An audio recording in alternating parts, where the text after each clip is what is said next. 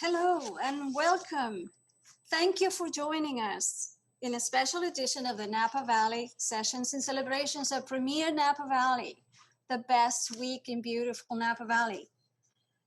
My name is Delia Viader, owner of Viader Vineyards and Winery, and I'm also a past chair member of 2001 Premier, 20 years ago. Unbelievable. I'm also a member of this year's committee and a member of the Napa Valley Vintners board. The Napa Valley Vintners, the producers of Premier Napa Valley, along with myself and about 500 plus fellow members, have brought together a stunning collection of over 150 exclusive lots of very unique wines for this auction. These wine lots are really showcasing the excellence in winemaking in the Napa Valley. But most importantly, the spirit of collaboration that the vintners have among them. Powered by Zacky's, the foremost wine auction house, Premier opens for online bidding for members of the wine trade on Thursday, June 3rd, tomorrow at 8 a.m. Pacific time, and closes via live-streamed auction on Saturday, June 5th at 1 p.m. Pacific Standard Time. If you're a member of the wine trade, please check out the lots linked from our website, premiernapavalley.com. And if you're a consumer, please check the website to see where you can buy these very special wines from this auction and previous auctions as well. Most of the wines sold at this year's auction are from the 2019 vintage and will be released for sale to consumers like you in 2022. All proceeds from Premier Napa Valley go to support the Napa Valley Vintners mission, which is to promote, protect, and enhance the Napa Valley. To celebrate these superbly made wines, we have joined forces with 3 of the world's top wine critics to put together a series of in-depth looks at the Napa Valley, along with many of our foremost well-known winemakers. Today is the second series. Each series focuses on a different vintage, 2018, 2019, 2020, exploring the vintage that is coming now into the market, plus the 2 others that are coming down the pipe. I'm super excited to introduce a superb lady and top wine critic who will present the 2019 vintage. She is editor-in-chief for Robert Parker Wine Advocate and robertparker.com since 2013.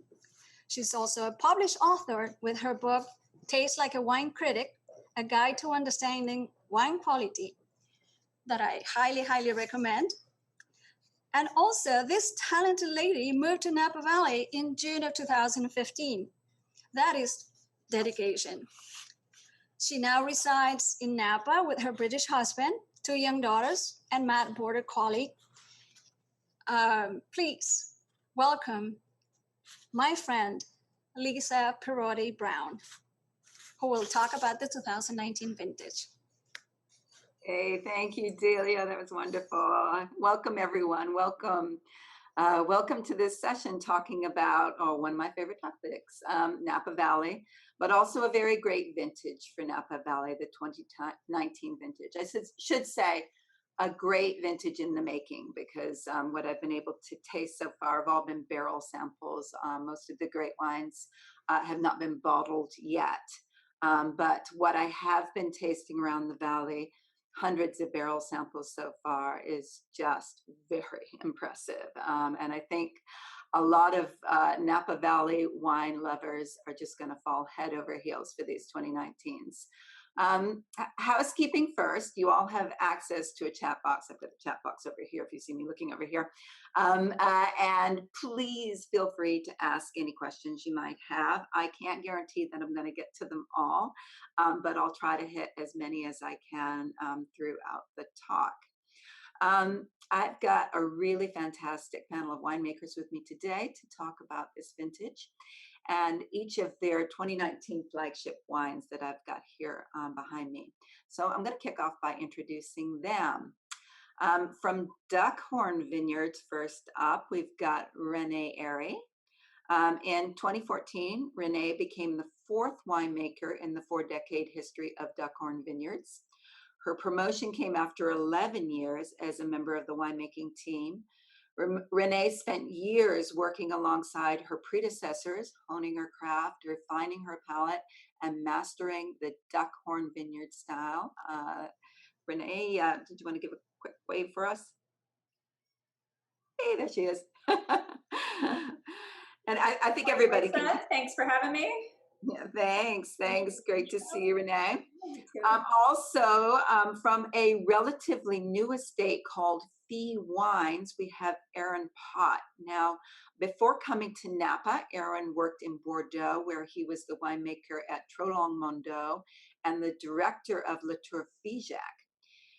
Coming to California, he has made wine at Contessa, Newton Vineyard, and Beringer Wine Estates. Today, Aaron is one of Napa's greatest winemakers, making wines at Fiat and a number of other very impressive estates, including his own label, which I love, Pot Wines. From Louis M. Martini Winery, we have Michael Eddy. As director, you guys can give a wave as I say your name. There he is. Hello. Wave. As director of North Coast winemaking for Ernest and Julio Gallo Winery, Michael oversees winemaking teams at Gallo of Sonoma Winery, Louis M. Martini, where he's speaking from today, and William Hill Estate Winery. Michael finds Gallo an exciting place to work, noting that Gallo affords an incredible array of resources and a broad range of tools. Gallo has so many impressive estate vineyards in Napa, including one of my favorites, Stagecoach Vineyard, which was purchased by them in 2017. And we will be looking at a blend today that includes a proportion from Stagecoach Vineyard, so that'll be fun. From Quixote Winery, we have Robert Smith. Robert, you share the same name as my favorite singer from my teenage years. Robert's first harvest at Contessa set the foundation for a lifelong personal and professional relationship with consulting winemaker none other than Aaron Pott, who's also on our panel. Following Contessa, Robert continued to hone his skills with positions at Seven Stones, Crop Vineyards, and Covert Estate, as well as a harvest stint in South Africa. In 2011, Robert accepted the position as winemaker for Quixote, now working in tandem with another superstar, Philippe Melka. Welcome, Robert. And from Pride Mountain Vineyards, last but not least, we have Sally Johnson. Sally has a master's degree in winemaking from UC Davis and then kicked off her career at St. Francis Winery in Sonoma County, where she spent 8 years. She took a brief hiatus to work at St. Hallett Winery in Australia's Barossa Valley. And then in spring of 2007, she joined the team at Pride Mountain Vineyards. And you can see she's up there in Pride Mountain now. Thank you to all of our panelists for joining today. This is going to be fantastic. First of all, the 2019 vintage. Now, we haven't got much time, so I'm not going to talk too much about the lay of the land here in Napa. As you know, the vineyards of Napa are incredibly varied, considering the 2 mountain ranges that we're sitting in between, and that include a lot of the wines here. So you get the Vaca and the Mayacamas Mountains, with the significant ocean influence coming from the San Pablo Bay, and some parts and in some parts, plus a vast range of soil types. I can't even start to name all of the soil types that we've got here. But we can consider all of these influence a little bit more closely when we're looking at the wines and the specific vineyards that we'll be looking at today. I'm going to begin with this brief overview of the growing season, and then aided by our panel of winemakers, we'll focus on helping you to understand the styles of the wine that the 2019 vintage has produced, as well as potential quality levels and other important aspects like yields and ageability. So following on 2018, 2019 was kind of another unremarkable growing season. And I mean this in the best possible way. Winemakers love it when nothing exciting happens during the growing season. As in 2018, it was a vintage that was neither too hot nor too cold. But there are a few key occurrences during the growing season, and in many cases, in the approach of the growers following 2018, that makes 2019 maybe a tick or two more consistent in quality from bottom to top than 2018. So contrary to 2018, there was a lot of rain early on in the growing season in 2019. The January to May period began with just over 34 inches, which is pretty good. As in 2018, fruit set for the Bordeaux varieties was abundant. And like in 2018, a lot of the success of the vintage depended in part on controlling the yields from early on. After that rainy spring, the growing season was dry and sunny without heat extremes, and that's an important factor of this vintage. August was the warmest month of the vintage, with about 12 to 15 days of temperatures above 95 degrees Fahrenheit. So thankfully, we didn't get the same intensity of heat waves that we saw in 2017 or in 2020, for example, both of those years bringing on these heat waves crucially within that Labor Day weekend.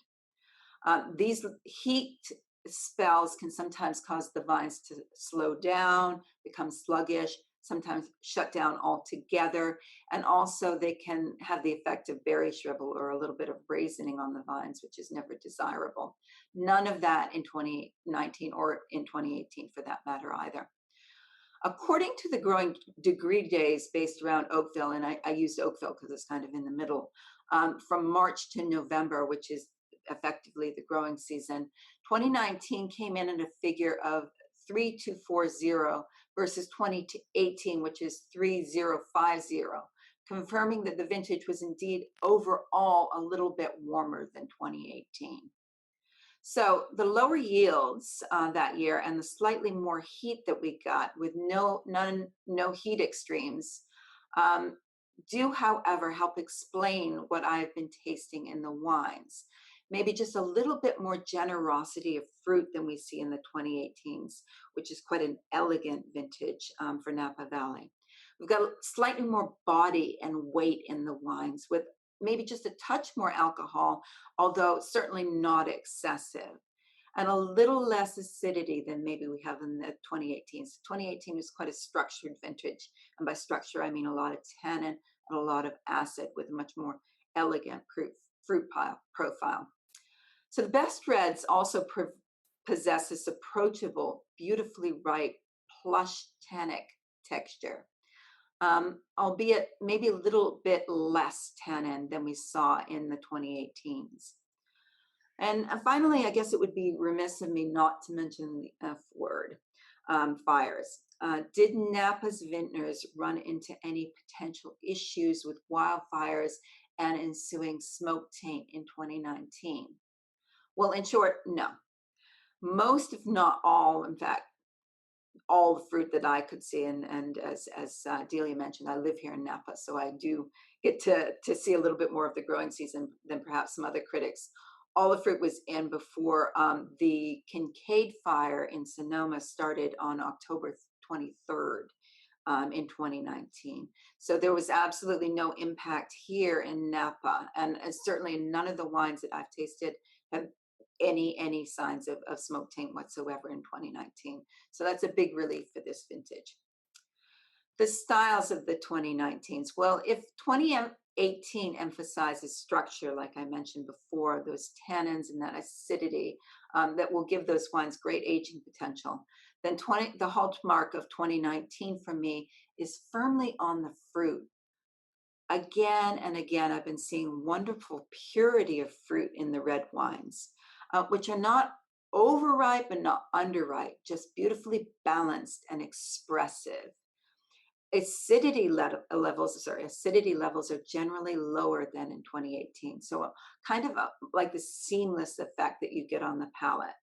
And this softer acidity gives this sort of harmonious impact, even early on with the 2019s. And I hasten to add, I'm still only tasting these from barrel. They should be bottled starting from around July, and some vintners will be bottling a little bit later into August, September, October. But usually around July is when they'll be bottling the new vintage. The tannins of the 2019s are ripe, plush, approachable in their youth, even from the barrel samples. Really lovely and approachable, but a good high level of tannins. The tannins of the 2019s for me seem to accentuate that fruit, pushing it forward as opposed to locking it away for a little period. So for example, when I was tasting the 2018s at around this period from barrel, they seemed a little bit closed down aromatically and in terms of flavor profile compared to the 19s, which are much more open and generous and opulent. That's my brief overview. Now let's take a look at some wines. First up, let's take a look at Duckhorn with Renee. Renee, you're up. When we had our initial chat about the 2019 vintage, Renee said you could shop your block during the harvest in 2019s. The wines are fresh, pure, with a lot of brightness, pretty acidity, and they're not short on structure. Now, Renee, we've got the only merlot coming up from you in the bunch today. We're looking at the Three Palms merlot, which is your flagship merlot that you produce at the estate, and that comes from Calistoga. Could you tell us a little bit more about this vineyard and the wine? Yeah, so we brought our flagship merlot, brought the Three Palms to the tasting today. So this is our 2019. This vineyard, it's been in our portfolio since our first vintage here in the Valley. So in the late 70s, 1978 was our first release of Three Palms. And so it's been with us for a while. The vines there are incredibly well established. They're 23 to 28-year-old vines. And so the ranch is located in the southern, basically the southern tip of the Calistoga AVA. So it is a warm site, and it's definitely a warm site for Merlot. But really what makes this site unique and what makes it different and do so well and successful is the soil structure out there. There's an incredibly rocky soil profile that's formed from the Dutch Henry Canyon that basically spills out across the street there and kind of forms the Selby Creek, which runs along the southeast side of the vineyard. There's a ton of rock and cobblestone that kind of bleeds out into the vineyard, and depending on where you're at on the site there, there's varying degrees of rock, but ultimately it's all pretty rocky. There's not a lot of topsoil there to speak of. It's a 73-acre ranch. We have 13 blocks. 4 of them were low, and they're fairly large blocks. It's kind of divided up into a quadrant system. A couple different clones. There's Bear Flats, which is a heritage clone. It's a sterling cutting from years ago, and then 181. It's all on 110R, so good, drought tolerance. But the fruit off this site it's incredibly consistent, and it generates some really age-worthy Merlots. I make 6 different Merlots in my portfolio, and Three Palms is definitely could rival somehow Mountain Cabs. So it's definitely one to cellar. The vineyard always shows a lot of really beautiful, vibrant red fruits, especially in the Merlots. You get a lot of that like black cherry, plum, raspberry notes. There's some, depending on the vintage, those can get a little bit darker too. But there's always this kind of underlying earthy or like kind of wet slate note that really comes through from the soil out there. In general, we saw, 19 was such a welcome vintage for the winemakers, right? I think everybody's going to kind of talk about this today. After having so many consecutive warm vintages with a lot of intense heat spikes, 19 was just welcome. And just kind of going back to what you said about shopping your blocks, it was one of those vintages where you really didn't have that pressure when you were walking your blocks on like, okay, what's Mother Nature doing? What's coming in? Is it getting into the hundreds? Do I need to pick this? If it needed to sit out another week, it could hang out there another week, which was pretty awesome. So in that kind of those mild temperatures carried through the spring and into the summer, we ended up tracking a little bit behind on growing degree days, if I'm remembering correctly, up until a little bit later in the season, and then we kind of caught up. It ended up being a little bit of ahead of the 17, but everything just ripened so evenly, and it really pushed a lot of that fruit that you're talking about, that freshness, that purity, that focused fruit, just really kind of outshines in the 2019 vintage. So, and I think you'll see this in the 19 sample that we're tasting today. So.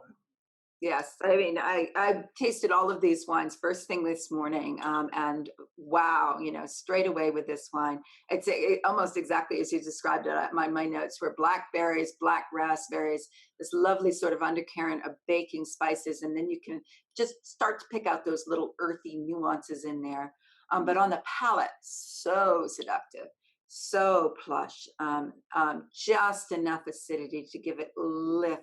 But it's that generosity of fruit with those really plush tannins that make this just such an opulent experience. What you said about ageability, I mean, I've had some older vintages of the Merlots at Duckhorn, and it's shocking how well these Merlots age, because they're so delicious when they're young. They're so irresistible when they're young. And, you have to kind of almost look for the tannins, because that texture just melds and it kind of melts in with the fruit. But they age beautifully. And that's where you really kind of get that wonderful tertiary character coming in with all of that rich black fruit that really makes it well worth swirling some bottles away.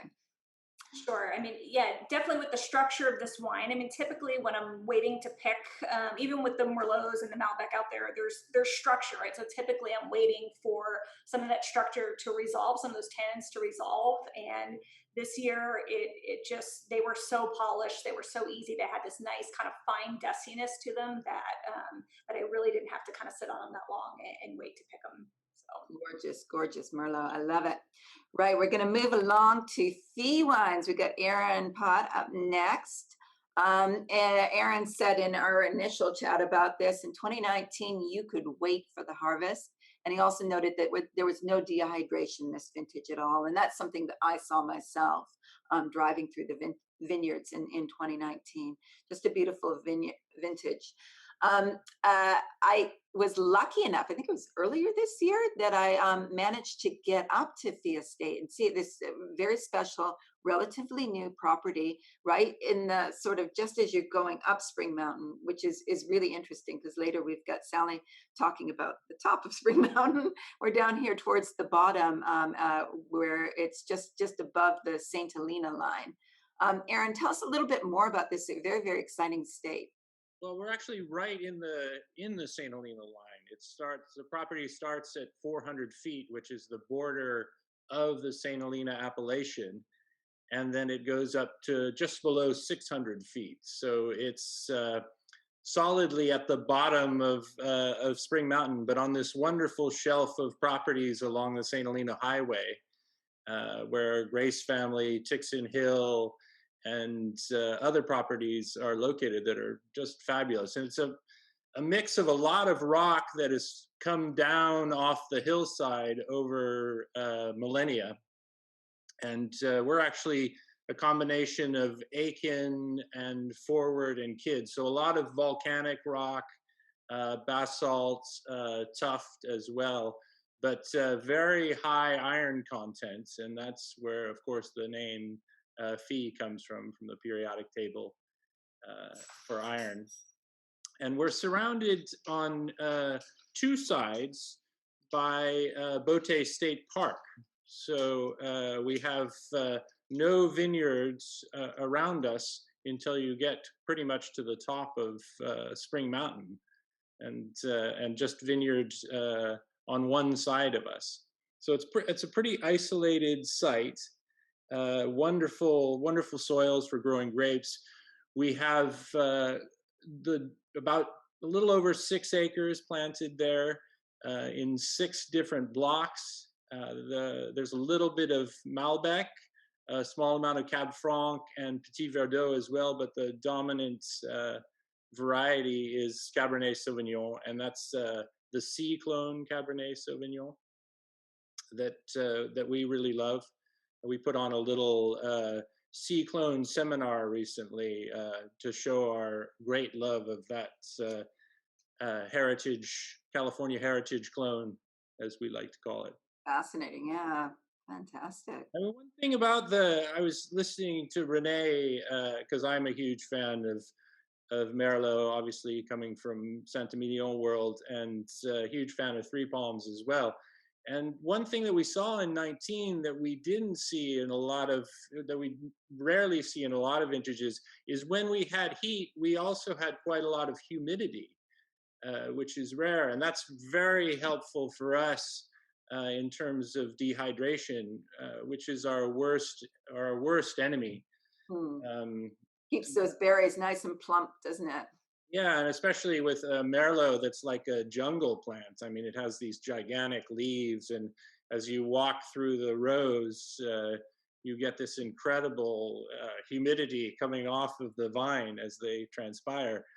But I think it's especially good for keeping the grapes from dehydrating, and that's definitely the worst enemy. And in a vintage like 19, we didn't see any of that. I'm hesitant to use the words hang time, but because I firmly believe, and I might be getting into the Jacques Derrida realm here to deconstruct hang time, but I firmly believe that the grapevine has kind of a 220-day cycle that it goes through. And when we talk hang time, we're just picking at the end of that 220-day cycle, and we're not getting dehydration, which would cause us not to have this hang time. So it's really just time. It's the right time, and it's when the grapes are ripe and ready to pick. Fantastic. I love this one. I just it was I could smell it all day. It is classic for me. There's the classic cassis, the black currants, all of those black fruit preserves, and then you've got just a little bit of pencil lead in there, just a touch of cedar in there, and all of the little nuances. There's a lot of earthy minerality there in the undercurrent that I really love, and you get even more of that on the palate and in the finish there. I love that this is a much more sort of structured wine, and this is compared to maybe some of the other wines that we're looking at here. There's a real firm backbone here, and I can see that you're really aiming to make a wine that's got some great aging potential, something that you can lie down for 25, 35, maybe even 40 years. Yeah, I hope so. I mean, for me, that's still what wine is all about, and I love tasting older wines. I'm a wine necrophiliac. Awesome. This is just beautiful. And for me, very exciting to taste a new vineyard as well, and watch the progress of that relatively new site. We'll move on to Louis M. Martini now, and this is a fun wine to look at because what we're looking at here is a blend across the valley, expressing a style and also the best of the 2019 vintage. Michael Eddy said that 2019 Lot 1 is a Napa Valley blend, including proportions from Stagecoach Vineyard, which I mentioned before, Howell Mountain, Calistoga, and Mount Veeder. And his aim was to make a wine that is refined and elegant, concentrated, but not a bruiser, possessing power and density from the mountains and refinement from the valley floor. I will hand over to you, Michael. Yeah, I know it's a little weird to talk about Lot 1 to you because I know you know it quite well, as you just demonstrated. I don't know that I even need to say anything now. I think one Tell of us a little bit about your process and what you were looking to express with 2019. I mean, the great thing about 2019, I suppose, for winemakers is when you're putting together a blend, you've got so much to work with. So how did you narrow it down? Yeah, so typically kind of my framework for how this wine is built and how I build the great portfolio is that in general, I think of the mountain sites as bringing really the depth, the weight, the muscle to the wine. And as you said, the valley floor sites tend to be a little bit more of the elegance. But of course, the blend varies depending upon the vintage. So in a vintage like 17 or 12, what you see is a lot more mountain sites to give the muscle because those are a little fresher, not as big wines. And then in a very tannic, structured vintage, 13, 18, I definitely lean more towards the valley floor sites. And so 19 to me, I think as you articulated, has a freshness to it. There's not a ton of tannin. The tannin quality is very, very good. And so this blend is 70% from the mountain sites. And I think what's interesting about it too is I believe this is probably the most spread across the entire Napa Valley that our lot one has ever been. So the valley floor sites include a site up at Calistoga and down in Coombsville. So you've got north, south, pretty well covered. And then in terms of the mountain sites, Veeder, Howell, and Stagecoach, we've got both Vaca Mountains and Mayacamas, which makes it kind of at least intellectually fun to me. But a big part of this is also how we craft it. So when Gallo partnered with Martini in 2002, Bob Gallo went to Mike Martini. He said, what do you need to make the best Cabernet you can make out of Napa Valley? And that led to the construction of our micro winery, Cellar 254, where we make all of our small lot wines, DTC exclusives, but also lot one, which is in distribution. But it really gives us a tremendous amount of control over extraction and fermentation. Gravity feeding berries, so we get really good berry integrity, which allows us to very slowly and precisely extract the wine to get that depth, that power, but still maintain some of that elegance. And for me, you know, you said it, to me, 18, and when we're comparing vintages, because I like to compare, I like analogies, but 18 was the tannins were not only abundant, but they were a little bit more chunky. Maybe I wouldn't quite go as far as blocky. To me, that's getting into a pejorative, but whereas 19, they have a lot more fineness to them. The quality of the tannins is really outstanding. And with this wine, I'm looking to capture very ripe fruit without pushing over into that kind of cooked, dried. And the way I describe it for consumers is, if you've ever hunted for blackberries, you come across those ones that you just kind of touch and they fall into your hand. That's kind of where I want the wine's fruit profile to sit. It's still fresh, but it's extraordinarily ripe and right on the edge of starting to kind of dehydrate and get a little cooked. Mm-hmm. And in addition to the fruit character, at least tasting this morning, I'd be interested in your comments, but I got a little undertone of maybe scorched earth or creosote, which I always find quite intriguing, kind of a dark note. Earth. Yeah, I know. I definitely get that. There's almost like a tarriness in the undercurrent there. For me, the first thing that stood out was this perfume, though. I mean, there's this beautiful perfume that comes through above the fruit, where you've got a little bit of floral character, a little bit of violets, some anise, a little bit of cinnamon stick, and this just really lovely perfume that sits above the fruit.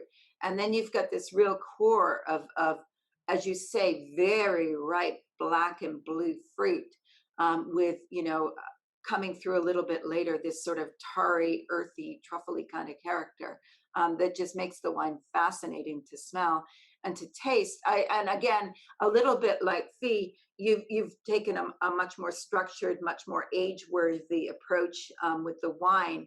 And I can see, you know, there's a real backbone to it, even if the tannins are very ripe and very velvety. There's a good solid backbone there that I would be looking for when I'm looking to give a drinking window, for example. It's a wine that, again, you could easily put down for 25, 35 years or more and you know, not worry about it.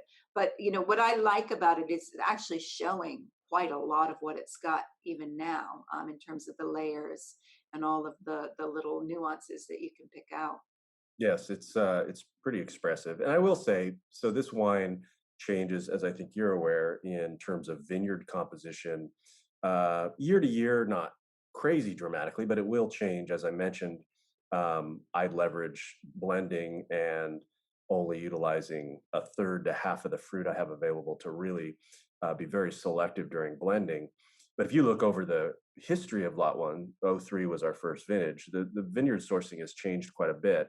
And I have a boss who once in front of a crowd said, what he appreciated most about me was that I'm a contrarian. But he's also very good at like insulting me in a very complimentary way. It's kind of hard to explain. But I will say that vineyard is very important. It's really, really important. And I know most of the folks on the line are talking about that because they have more specific sites. But I think perhaps we've oversold that message, and it might undermine the fact that what you do in the winery is actually really important too, right? It's all part of the package. And when we taste a vertical of Lot 1, you can definitely see that thread of style running through the vintages, despite the fact that the sites change quite a bit. So that's my contrarian statement for the day.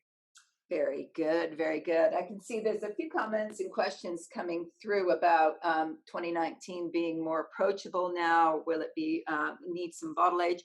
You know, I'm from what I'm seeing coming from the barrel now, the 2019s, and particularly compared to the 2018s, will probably, you know, be approachable earlier on than the 2018s even. It is a vintage actually that's showing quite a bit early on, and because of those beautifully ripe tannins, there's nothing to worry about there on the palate. They're delicious, and I imagine a lot of the wines from the get-go, from the moment they're bottled, will be, as I said before, a little bit irresistible, but you'll want to, for the best wines, give them a little bit of time in cellar, because that's where you're sort of paid back in dividends on what you've bought there. You really start to get even more layers. And for me, I like a little bit of primary fruit in there, but I also like a little bit of that tertiary character. So it's really up to you when you want to drink the wine. But I would hasten to add, even though these 19s might be irresistible from the get-go, give some of the best ones a few years in cellar to really bring out the best experience. Great, we're going to move on to Quixote Winery and Robert.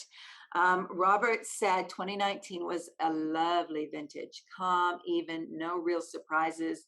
The wines are both elegant and dense with soft tannins and an underlying sense of power. Robert, tell us about your wine. We've got the 2019 Helm of Membrino Cabernet Sauvignon.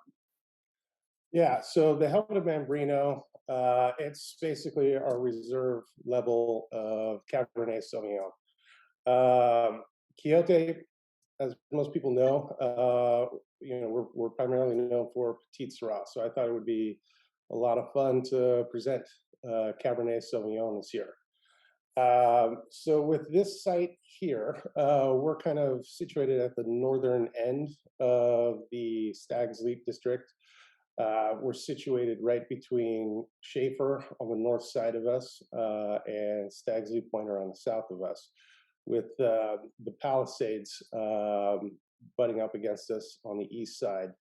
And those Palisades really reflect a lot of heat down onto our vineyard, which I feel really allows the fruit flavors to really develop, and you get these nice blackberry, some creme de cassis characters, notes of boysenberry. Sometimes we have these subtle hints of menthol in the wines, but also here we get these nice cooling winds in the afternoons coming off the San Pablo Bay. So I feel like that really helps us retain a fair amount of acidity and freshness to the wines. So the area where this wine comes from, it's on the western end of our property. It's Clone 4. It's on a slight hillside, very fine-grained soils, lots of drainage.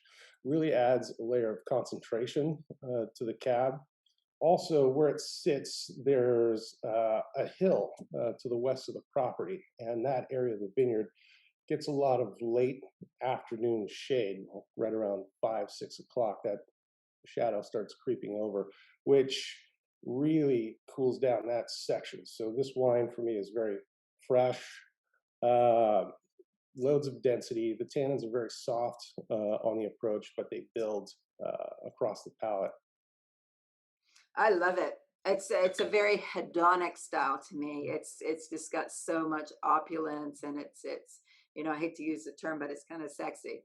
It's a real blockbuster on the nose. Boom! It doesn't mess around. There's all of these exotic spices, that sort of Chinese 5-spice, and then in the palate, there's this gorgeous, gorgeous velvety tannins.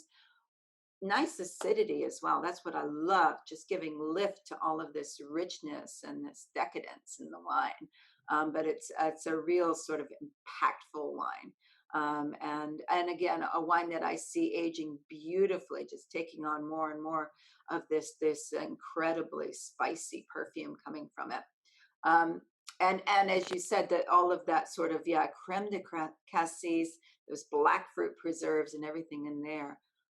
Just a beautiful, beautiful wine and a beautiful expression of that area. I love it. Right, we're going to move on to the mountains now. We're going up to the top of Pride, the top of Spring Mountain, even up to Pride Mountain Vineyards with Sally Johnson. Sally said the temperatures between veraison and harvest didn't go above 96 degrees. For me, this was a very important point. You know, having these cooler temperatures in that run up after veraison until harvest is very important to maintain the freshness, the fruit purity in the wines, and also that great acidity. We are looking at the 2019 Reserve Cabernet, which Sally had mentioned is still on AXR rootstock. And she says it gets a little bit of extra energy from that rootstock, which is, and a beautiful acidity to the wine. Now, it's very interesting, of course, because AXR was the rootstock that was responsible for the outbreak of phylloxera in Napa Valley and caused a whole lot of replanting to happen. But there are a lot of winemakers that still swear by this rootstock. So let's hear a little bit more about this wine and the rootstock even, Sally. Thank you. Well, we are here. We are up at the very top of Spring Mountain. We're at 2,100 feet elevation and also bounded by Botay State Park, similar to Fee. So up here, we are actually up above the fog that fills the Napa Valley every night, and our diurnal temperature change is very compressed. We get, warmer mornings and less extreme heat throughout the day, and then generally warmer nights too. So that allows us to have a very long extended ripening season, very mellow. And in a year with more of those heat extremes like 2017 or even 2015, that does benefit us quite a bit. But in a year like 2019, it just makes everything so very free of stress and pleasant and easy to manage. So this block, as you mentioned, it's the oldest block on our property. It was planted in 1982, and it was actually taken as budwood from Heights Bella Oaks Vineyard back down in Rutherford, which is now part of Staglin. And it is on AXR1, but it's really holding up very well. We do periodic soil pits, and we'll find little bits of phylloxera up by the surface. But since the soil it's more clay rich and it really does maintain some water, we don't use much irrigation. And so we'll find the roots penetrating 20 feet deep, even in this soil. And so the vines have plenty of energy. And versus like a more modern VSP type of trellising system where you have all your shoots, very vertically and your fruit very exposed and you're getting a lot of sun in there, our Rock Arch Cabernet has more of that dappled light environment where there's more shading, there's more kind of differential exposure throughout the day. And so we get this great texture and great tannin ripeness too. And being up at 2,100 feet, we also get a bit more UV light. We're just closer to the sun and free of that morning fog. So we have lots and lots of sun coming down and helping to develop those tannins. But we are a mountain property, so we'll always have that structure, that texture. But one thing I love about the fruit from especially this block, but our property in general, is that it really does maintain varietal character. So every variety will have its own personality. It'll have its core that defines it. And for our Cabernet, I love the flavors of black tea, black olive, kind of nuances in addition to ripe blue fruit, red fruit, and great acid too. So we get breeze coming in kind of the opposite direction to what Robert mentioned. We have some breezes coming in from the Sonoma coast, and that also allows us to get kind of more of a drying effect in those wet vintages, and also a lot of good airflow to keep the vines the perfect temperature and nice and clean. Yeah, it's an incredible spot up there, and it's almost the wine evokes this high elevation, this breeze that you talk of, being right on the border of Sonoma, and actually the line goes right through your property there, between Sonoma and Napa. What you get is this super intense nose with these really well-defined wild blueberries and fresh blackberries. There's some menthol in there. And then I love that, underneath there's some dark chocolate and some crushed rocks. And then boom, in the mouth, great acid. I probably of all of the wines that we tasted today, just a little bit more acidity, but I love it because it lifts everything, all of that richness and intensity a little bit with super fine grain tannins. I mean, classic Cabernet tannins with that graininess, but just like very finely pixelated tannins, an incredible length. I love this wine. This is gorgeous. It's a great vintage for you guys. Right. Well, I'm about to wrap up. I can see we're coming up to time here, and I don't want to hold everybody for too long. Just to say, finish up by saying about the yields. Many of the growers and winemakers that I spoke to reported their yields were down on 2018, but remember 2018 was a bumper crop, which was 20 to 30% above average in terms of yields. So for 2019, we're looking at slightly above average, but a good crop of wines out there. So there should be plenty of wines coming into the market. And I suppose that's the takeaway message here is that what we've got with 2019 is a great, great vintage, a lot of consistency across the valley in terms of quality. Each area, as we've seen today, showing their unique styles and takes on the vintage. But should be a good amount of wine out there. And bear in mind that in 2020, there won't be an awful lot of wine on the market. So it's going to be one of those vintages that you'll want to stock up on. Right now, just as a wrap up on Premier Napa Valley, as you know, the format of Premier Napa Valley is based loosely on the Auspice de Beaune barrel auction, which is also a charity auction, but Premier Napa Valley is, of course, very different. I've had a chance to taste the Premier Napa Valley blends of all of these winemakers we looked at today, and they are incredibly interesting, so distinct from their flagship wines and any of the other wines that they produce. And this is kind of what it's all about with this barrel auction, is getting a little small lot of something absolutely unique, to share amongst your clients, basically, or your loyal followers.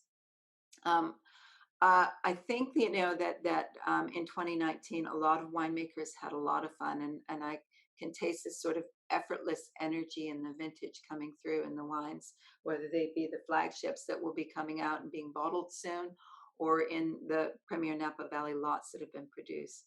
A very, very exciting vintage. I'm just going to have a look and see if we've got any last questions before we go.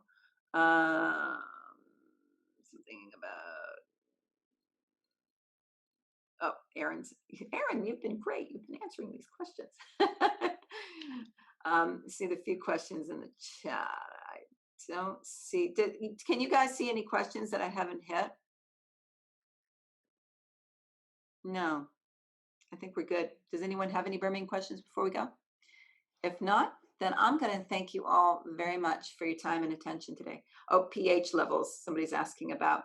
Maybe I can throw that wine question to Aaron, who does a lot of the wines across the valley.